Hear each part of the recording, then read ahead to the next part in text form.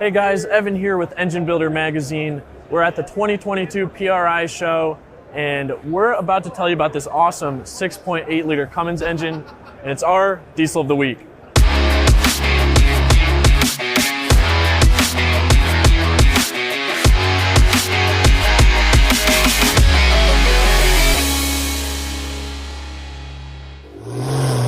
Engine Builder's Diesel of the Week is sponsored by AMSOIL, the first in synthetics.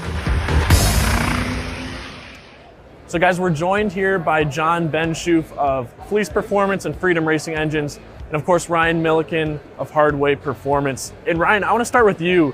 You know, you kind of have this long and storied racing career. When did you, start building this car? Why'd you go to Freedom Racing Engine? What's the story behind this? Well, Freedom Racing Engines, actually, long before Freedom Racing Engines was with these guys, I was using their engines through Fleece Performance. And then you have to explain to them how the Fleece and Freedom relationship happened. But basically, since I've been playing with diesels, Fleece and Freedom Racing engines have been my go-to. So I've been racing this car about 2 years now.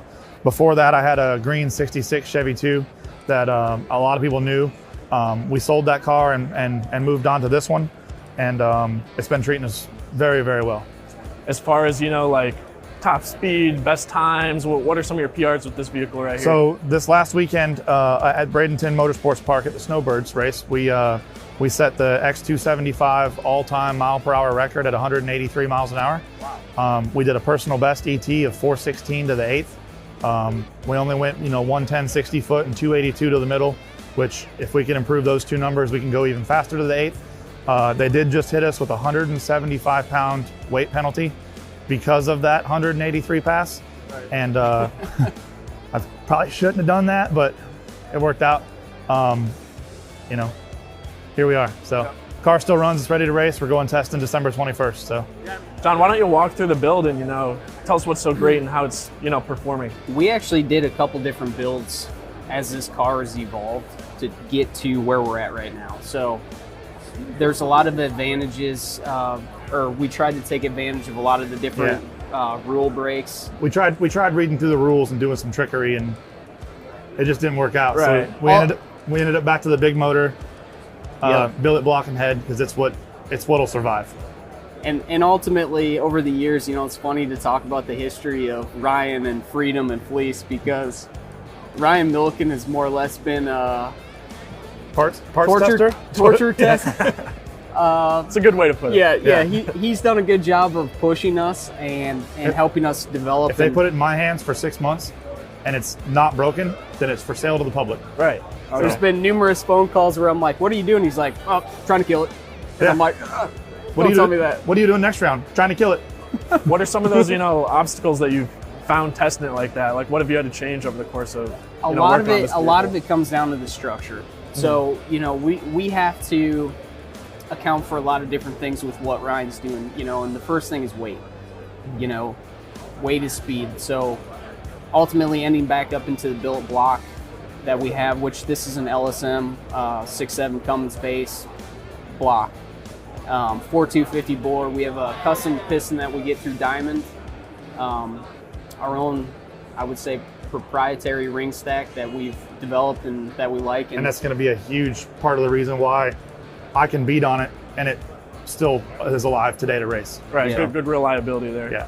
And so I think for me personally, over the years, we tried a lot to put our engines on the edge to try to squeeze every last horsepower we could out of the engine.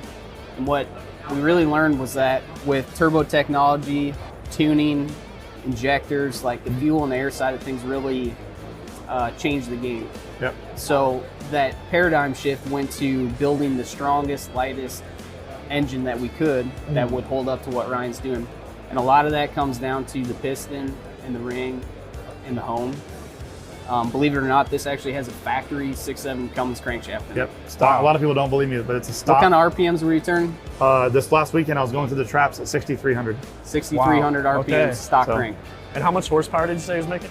So the car with me in it weighs 3,290 pounds. We trapped just over 183 miles an hour in the eighth. On a horsepower calculator, that's like 3,150. At the flywheel, so that'd be 27 at the tires. So to give you an idea, and that's not a dyno queen. I don't go make 3,100 horse and then, that's it. That's all we did. It makes 3,100 horsepower every round. I mean, we just beat this thing's teeth in. Yeah. And at the end of the track, when I tap the throttle and it still runs, I mean, shut it off and go to the next round. So, I mean, some of the hard parts, like we've got Wagler connecting rods in it and a Wagler head. Peterson dry sump oil pump. We've got our own custom billet dry sump pan that we designed. And a lot of this right here is driving us towards our next new product, which is our billet aluminum Fleece Performance engine block. Yeah, this actually whole engine will be for sale. We're hoping this summer. Yeah. So we're taking the entire long block as is out of the car, refreshed or not, and it'll be for sale later in the year. And I'm going to put the Freedom Racing engine in, which is the next evolution, of technology of all the stuff we've learned with this one. And then, he was mentioning all the parts that have allowed us to get to where we are. A huge part of it is S&S Diesel Motorsports and the Motec ECU. So when we were running factory ECUs, or even I had the Bosch ECU before, which let us do a whole lot more than the stock ones would. But this Motec is, I mean, I don't know anything about Fuel Tech or Holley EFI, but this Motec has put this car on an entirely new level as far as fine control. There would be no way at all I would try to do what I do with this car with a factory ECU. It's not possible. So between the Motec ECU, the really, extremely nice fuel system components from S&S Diesel Motorsports, that Hartz turbo that I put on, I had some serious issues throughout the year. That's why the side of the car is burnt and the firewall's kind of chewed up. I failed 4 turbos this year. I've had 3 hub failures on the turbine, and one of the compressors came apart just from us leaning on the raw, ragged edge of making power. We put that Hartz turbo on, and that is a game changer all by itself. So, every time we go out, whether we do good or whether something flies apart, we're constantly learning, constantly evolving. Down to an example, I thought the motor was hurt. I was going to take the motor out and send it to these guys after this show and just park it in the show as is. And then we pulled it apart to check one thing to see if that was it. And it turns out I trashed the valve seals. So I put all new valve seals in it, went and raced in Bradenton. That motor's not hurt. Nothing wrong with it. So we were about to take the whole dang thing apart until we realized it just needed valve seals. Yeah. And to your point though about the controls, it makes the engine builder's life a lot easier. That evolution of parts that we're using and our processes and the things that we've designed to go into this engine, it's proven. And when Ryan's able to control it correctly and be able to see what's happening, it takes a lot of guesswork out of it, but it also, longevity is a big thing. So for instance, we monitor crankcase pressure. We can put crankcase pressure on this car with a brand new engine and see where it's at certain conditions. And then as we make runs on the car, we record crankcase pressure. And if we have an issue, if the car has a bad backfire, if I overheat it, if I overspun it or something happened, we can go back and look at crankcase pressure and directly tell the health of this engine by looking at that one simple value. And that's, you can't do that with a factory ECU. Yeah. It's cool how you guys can, continuously evolve on this platform and keep working on it and, trial and tribulation. A lot of guys just, start all the way over. I lost count of how many engines it's been. In this specific car, I think it's been to you 4 times. In this one. Oh, I was just thinking overall. Oh, for me in general? Yeah. I don't want to try to count that high.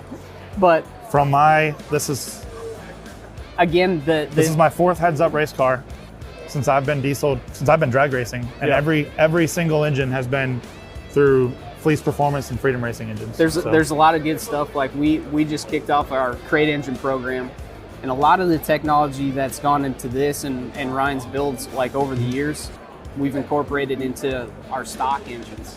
Just remanufactured street engines, cylinder heads.